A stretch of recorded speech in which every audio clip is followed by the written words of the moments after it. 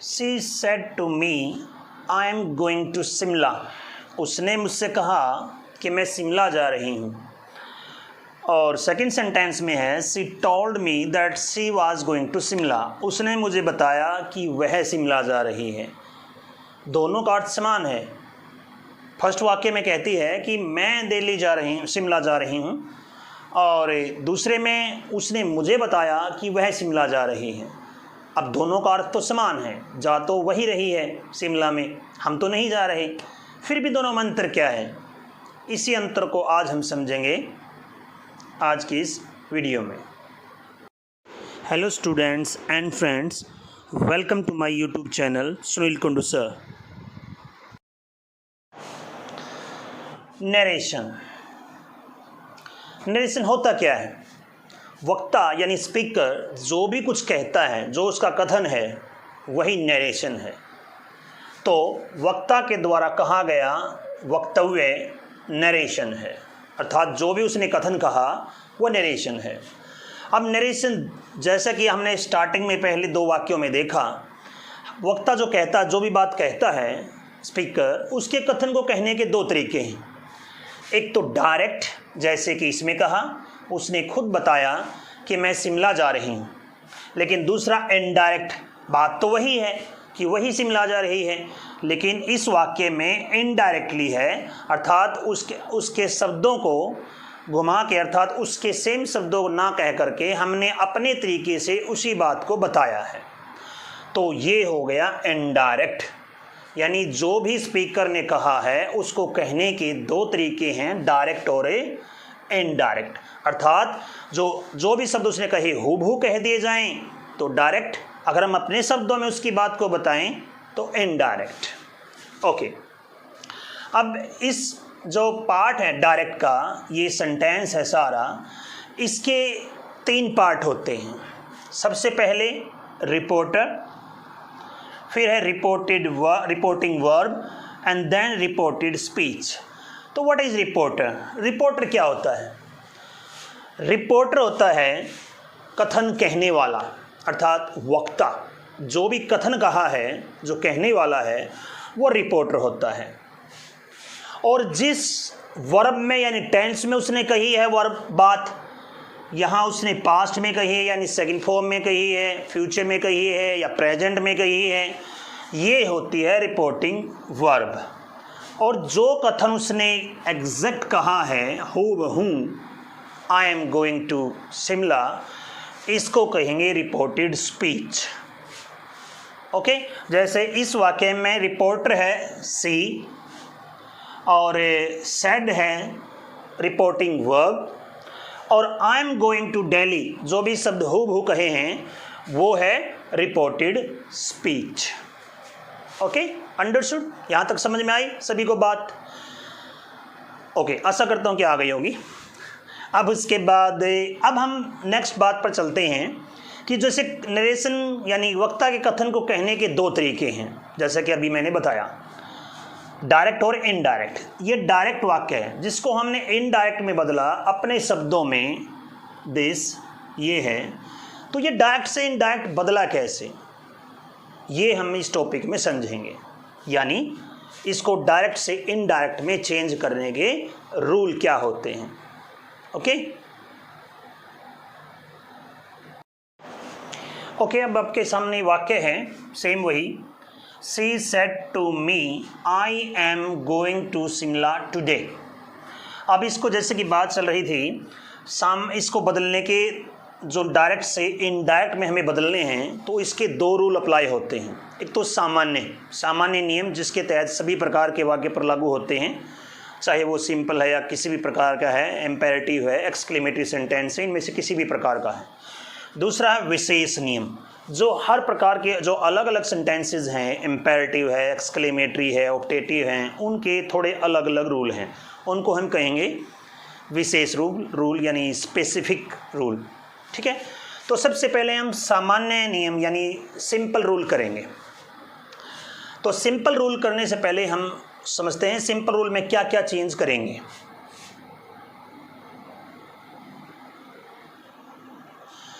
सामान्य जो रूल होते हैं उनमें अगर हमें डायरेक्ट से इनडायरेक्ट बदलना है तो सबसे पहले रिपोर्ट अभी हम उसको समझने से पहले, हाँ ये बात पहले बता भी दी थी, फिर से रिपीट कर देता हूँ कि जो ये इन्वर्टेड कॉमा के अंदर वाला वाक्य है इसको क्या कहेंगे, रिपोर्टेड स्पीच, और ये बाहर वाला रिपोर्टेड वर्ब।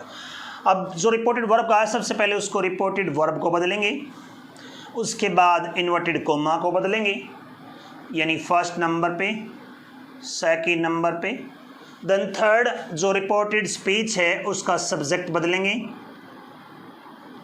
ये सिंपल वाक्य में सबसे पहले आता है इन्वर्टेड कॉमा के सबसे स्टार्टिंग में, लेकिन अगर वाक्य इंटेरोगेटिव में है, प्रश्नवाचक में है, देन ये हेल्पिंग वर्ब के बाद आता है। ओके, अब है थर्ड नंबर पे टेंस, फोर्थ पे, और उसके बाद ऑब्जेक्ट यहाँ है नहीं, सॉरी नाउन है, प्रोनाउन होता तो वो भी चेंज करते। तो अब नेक्स्ट बारी आती है टाइम इंडिकेशन वर्ड की। तो अभी जैसे लगभग इस वाक्य में हमें 5 चीज़ें सामान्य रूप से बदलनी हैं। तो सबसे पहले बात करते हैं सामान्य नियम में ही,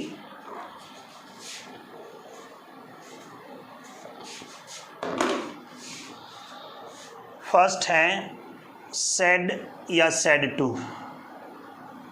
ओके, इसको समझने से पहले हम इसके रूल करते हैं, इसके कुछ सामान्य रूल हैं इस पॉइंट के भी। क्या होंगे? Said to, said second form होती है, जैसा कि आपको पता है, जिन बच्चे ने टेंस अच्छे से आते हैं या थोड़ा बहुत भी पता है उनको पता होगा कि सेकंड फॉर्म पास्ट इंडेफिनिट में आती है, तो ये हो गया पास्ट। लेकिन सेड के स्थान पर अगर हो से या सेज, अगर ये आया है, ओके ठीक है, या फिर विल से आया है, और देन सेड या सेड टू आया, तो 3 कंडीशन हो सकती हैं बाहर रिपोर्टेड वर्ब की। तो सबसे पहले बात करते हैं हम प्रेजेंट वाले की। अगर से या सेज हो तो फिर क्या करेंगे? अगर से या सेज है, कंडीशन तो चाहे में से कोई सा भी है, हम देखेंगे रिपोर्टेड स्पीच का सेंटेंस किस प्रकार का है। लास्ट में हमें वहाँ देखना है, इसके लास्ट में यहाँ फुल स्टॉप आया है या इंटेरोगेटिव साइन आया है, प्रश्नवाचक वाक्य है या सिंपल है। तो चलो देखते हैं, सबसे पहले से या सेज करते हैं। से या सेज वो डिपेंड करता है, जैसे कि आपको पता है एस लगेगा या एस नहीं लगेगा, ये डिपेंड करता है सब्जेक्ट पर। सब्जेक्ट अगर सिंगुलर है तो एस या एस लगेगा, जैसे कि एस सेज लगेगा, और अगर प्लूरल है या फिर आई है देन फर्स्ट फॉर्म ही यानी से ही आएगी। ओके, अब बात करते हैं से या सेज की।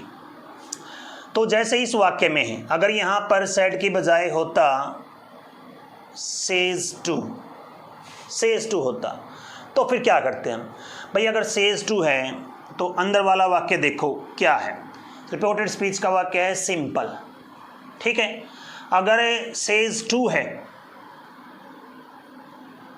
और अंदर वाला वाक्य सिंपल है तो बदलेगा टेल्स में, ठीक है।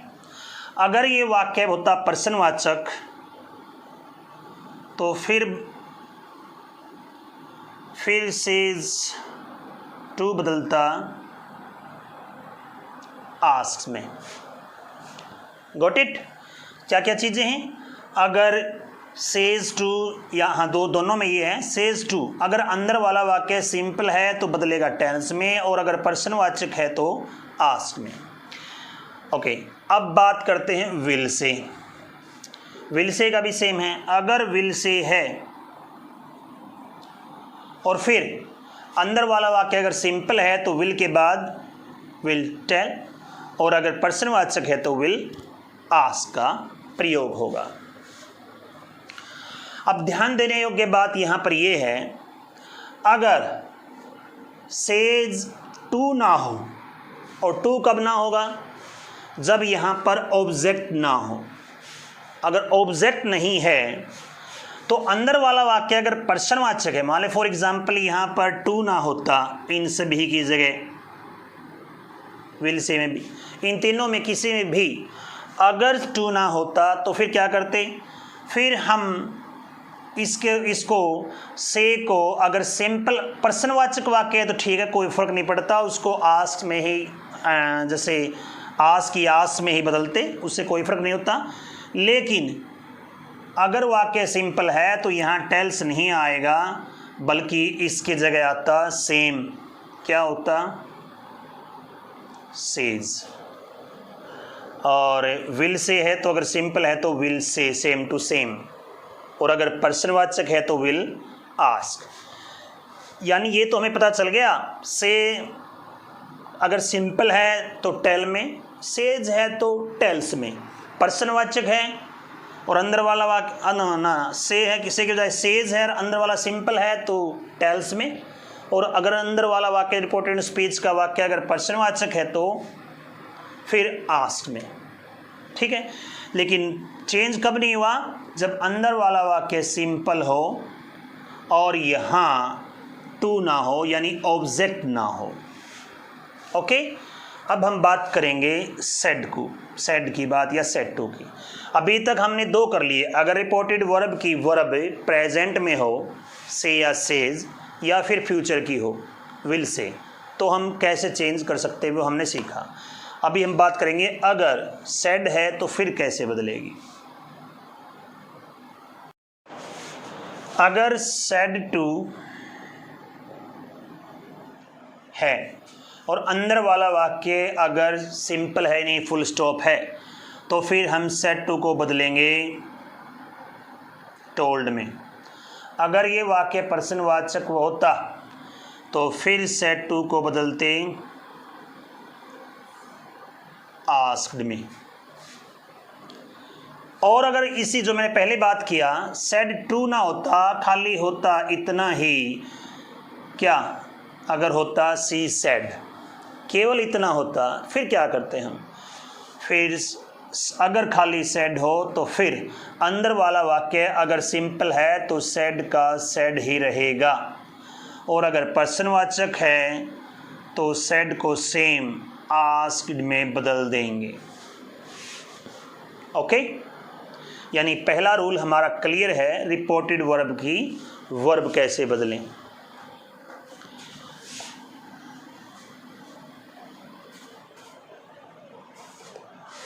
अब हम सेकंड रूल पर आते हैं, इन्वर्टेड कोमा पर। इन्वर्टेड कोमा कैसे बदले जाएंगे? रिपोर्टेड स्पीच के इन्वर्टेड कोमा होते हैं, इनको कैसे बदलेंगे? ओके, इसके लिए सामान्य रूल देखते हैं। अगर वाक्य वही, ये अफर्मेटिव है, सिंपल यानी फुल स्टॉप लगा है, तो बदलेंगे दैट में। लेकिन अगर वाक्य प्रश्नवाचक है फिर उसके लिए दो कंडीशन होंगी। कौन सी?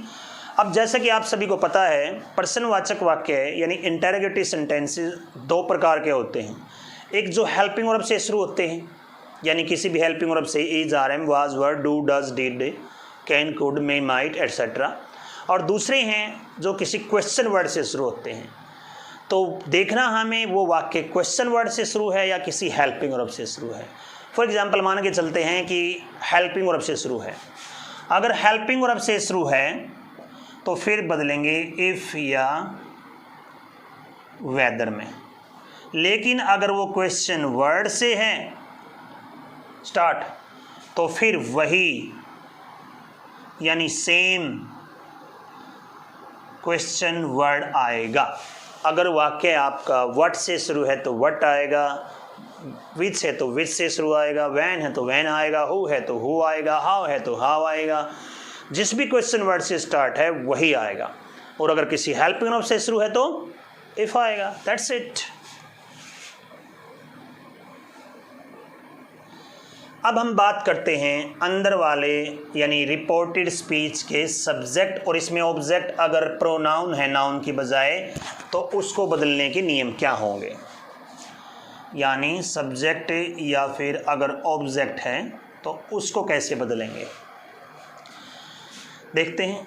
इसका एक फार्मूला होता है 1 2 3 बटे में सन, SON वाला फार्मूला।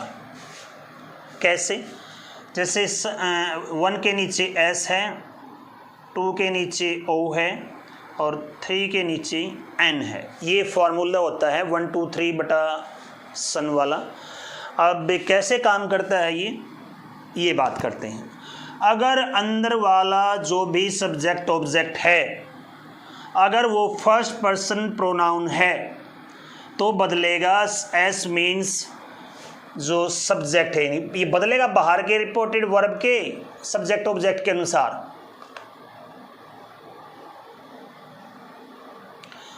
तो 1 मीन्स एस के अनुसार। एस मीन्स ये है सब्जेक्ट और ये है ऑब्जेक्ट, तो सब्जेक्ट के अनुसार। अगर अंदर वाला है सेकंड पर्सन तो मीन्स ओ मीन्स ऑब्जेक्ट के अनुसार। अगर हो थर्ड पर्सन जैसे कि शिमला है या फिर कोई ही सीट, कोई भी थर्ड पर्सन प्रोनाउन है या नाउन है, तो फिर एन मीन्स नो चेंज। यहाँ ये बात इसको अच्छे से याद कर लें या लिख लें, आप नोट डाउन कर लें। अगर फर्स्ट पर्सन तो सब्जेक्ट के अनुसार, सेकंड पर्सन तो ऑब्जेक्ट के अनुसार, थर्ड पर्सन तो no change. Okay, that's it. अब कैसे पता चले? नाउन का तो ठीक है, कोई भी नाउन है तो हम चेंज नहीं करेंगे, लेकिन अगर प्रोनाउन है तो फिर कैसे? प्रोनाउन की आपको पता होना चाहिए, पर्सनल प्रोनाउन, तभी हम इसको कर पाएंगे। वो लिखते हैं, जैसे इसकी एक सारणी है, I, my, me, mine, myself, we, our, us, ours, ourselves, you, your, you, yours, yourselves और selves। फिर है he, his, him, himself। फिर है she, her, her,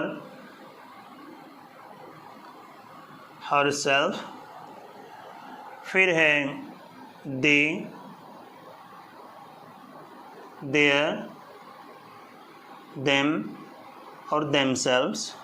और फिर इसके बाद आता है it, its, it और itself। तो ये आपकी प्रोनाउन की सारणी हो गई, ये आपके सामने जो भी है। अब ये ऐसे भी और ऐसे भी, इनमें से पहली जो दो हैं आई और वी, ये हमारे होते हैं फर्स्ट पर्सन प्रोनाउन, और जो सेकंड होता है ये यू होता है, ये होता है सेकंड पर्सन, और जो चार लास्ट के हैं ये होते हैं third person. Okay, got it. First person कौन से? केवल आई और वी वाले। यू का सेकंड पर्सन जितनी भी लाइन है, और ही, सी, इट और दे वाले थर्ड पर्सन। और एक बार ध्यान रखने योग्य ये बात भी है कि ये जो लाइन है, ये पंक्ति ऐसे भी हमें याद होनी चाहिए। कैसे? जैसे ये फर्स्ट होता है, ये हमेशा एज ए सब्जेक्ट ही काम करता है, और ये हमेशा एज ऑब्जेक्ट, मैन तो यही हैं, और ये पोजेसिव प्रोनाउन होते हैं, तो ये दोनों के साथ हो सकते हैं, नाउन और प्रोनाउन दोनों के साथ। ये वाली पंक्ति ये अकेली नहीं आती कभी भी, माई हो, योर हो, कुछ भी हो, और ये तो लास्ट में आते हैं। तो ज़्यादा दिक्कत क्या है? इन किसी में भी नहीं है। कन्फ्यूजिंग होती है फर्स्ट और थर्ड लाइन में। क्या कन्फ्यूजिंग है? ये लाइन हमेशा, यानी इनमें से हमेशा सब्जेक्ट के रूप में यूज़ होंगे, ये कभी भी ऑब्जेक्ट के रूप में यूज़ नहीं हो सकते, और ये हमेशा ऑब्जेक्ट के रूप में यूज़ होंगे, ये कभी सब्जेक्ट के रूप में यूज़ नहीं हो सकते। कैसे?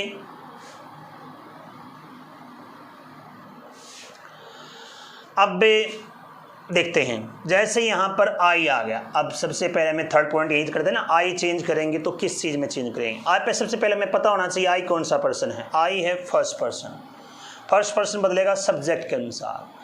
तो यहाँ पर सब्जेक्ट है सी, तो यहाँ पर आ गया सी, सी भी क्योंकि सब्जेक्ट के रूप में यूज़ होता है। लेकिन अगर यहाँ पर होता है सेकंड पर्सन यू, फिर क्या करते हैं, फिर बदलता ऑब्जेक्ट के अनुसार ऑब्जेक्ट होता है यहाँ पर है मी। अब मी है तो मी का मी नहीं आ सकता, जैसे आई सी में बदला तो सी आ गया, नो, मी का मी नहीं आ सकता, सी का सी तो आ गया क्योंकि ये भी सब्जेक्ट और यहाँ भी सब्जेक्ट लगाना है। लेकिन मी एक ऑब्जेक्ट है और यहाँ पर मी का जो सब्जेक्ट होता है आई वो आता। अगर यहाँ पर आई की जगह यू होता तो चेंज होके फिर यहाँ पर आई आता, ठीक है। तो ये अगर यहाँ अब तो यहाँ पर हमारा नाउन है ऑब्जेक्ट में तो दिखती नहीं रही कोई भी।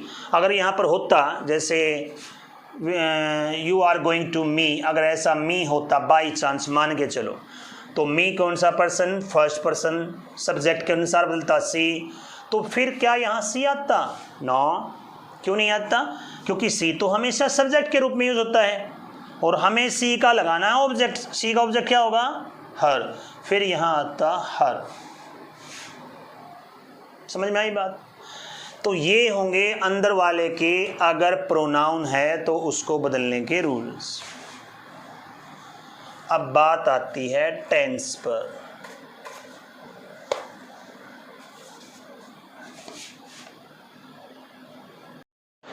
अब देखो टेंस बदलने के लिए वैसे तो मैं यहाँ सीधा ये भी लिख सकता था कि प्रेजेंट इंडेफिनिट बदलेगा पास्ट इंडेफिनिट में ऐसे, या पास्ट इंडेफिनिट बदलेगा पास्ट परफेक्ट में।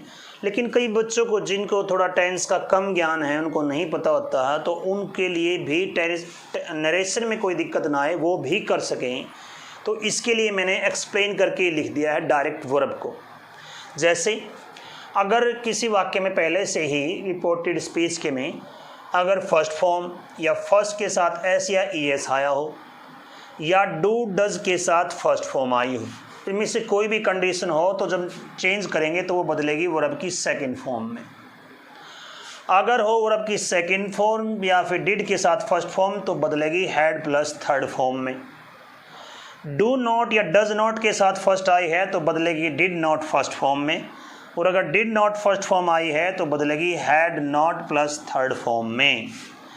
इन सभी रूल का, पहले 4 रूल का 2 ही रूल बनते हैं अगर हिसाब सर देखें तो।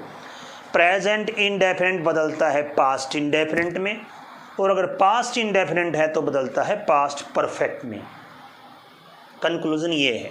अब मैंने सीधा जिसको टेंस के बारे में नहीं पता है कि ये इस टेंस में कौन सी हेल्पिंग वर्ब है, तो भी डायरेक्टली ये देख सके, इसलिए मैंने ऐसा लिखा है। फिर बात आती है अगर is are am plus first form plus ING है तो बदलेगा वाज या verb plus first form ING में, यानी इज आर एम बदलेगा वाज वर्ब में। अब इसका मतलब हुआ प्रेजेंट कंटिन्यूस बदलेगा पास्ट कंटिन्यूस में। अगर वाज वर्ब के साथ फर्स्ट फॉर्म आईएनजी आई है तो बदलेगी had been plus first form plus ING. इसका मतलब पास्ट कंटिन्यूस बदला पास्ट परफेक्ट कंटिन्यूस में। हैज़ हैव बदलता है हैड में। अब हैज़ हैव 2 टेंसों में आते हैं। प्रेजेंट परफेक्ट में अगर हैज़ हैव के साथ थर्ड फॉर्म आई है तो बदलेगा हैड प्लस थर्ड फॉर्म में, यानी पास्ट परफेक्ट में। प्रेजेंट परफेक्ट बदला पास्ट परफेक्ट में।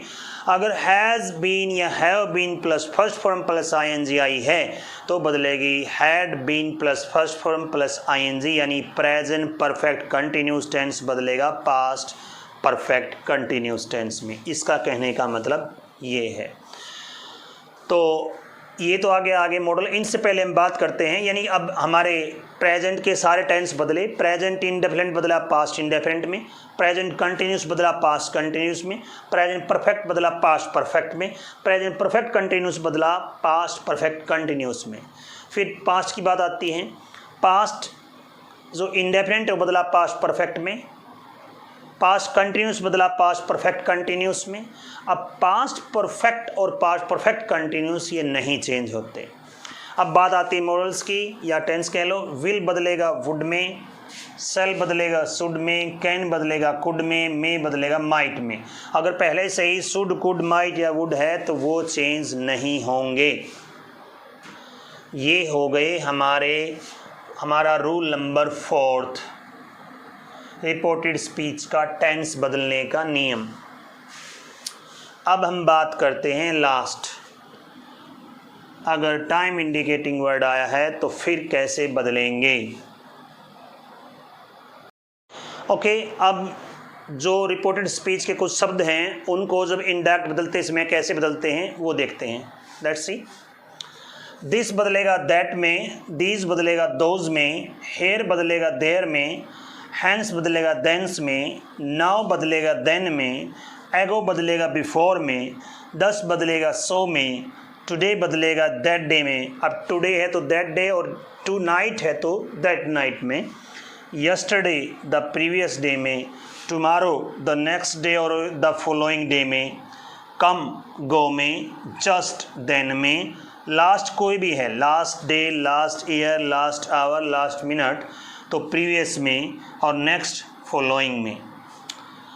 ओके, अब इस प्रकार अभी तक हमने किए रिपोर्टेड वर्ब की वर्ब को बदलना कैसे करते हैं, फिर इन्वर्टेड कोमा को, फिर रिपोर्टेड स्पीच के सब्जेक्ट को, फिर उसके टेंस को, फिर उसके बाद अगर नाउन की बजाय प्रोनाउन होता तो वो उसी में हो जाता सब्जेक्ट वाले रूल में ही, लेकिन अगर वो टाइम इंडिकेटिंग कोई वर्ड है या कोई एक्स्ट्रा वर्ड है तो उसको बदलते हैं, वो अभी हमने किया।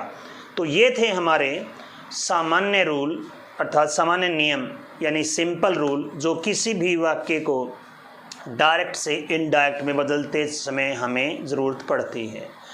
अब हर प्रकार के वाक्य में थोड़े बहुत चेंज होंगे जो simple, interrogative, negative, imperative, optative, exclamatory, उनको चेंज करते इसमें क्या क्या रूल चाहिए वो हम स्पेसिफिक रूल में करेंगे अगली वीडियो में। तब तक के लिए टेक केयर, बाय। और अगर आपको ये वीडियो अच्छी लगी तो छोटी सी रिक्वेस्ट, चैनल को लाइक करने की और सब्सक्राइब करने की। Take care, have a nice day.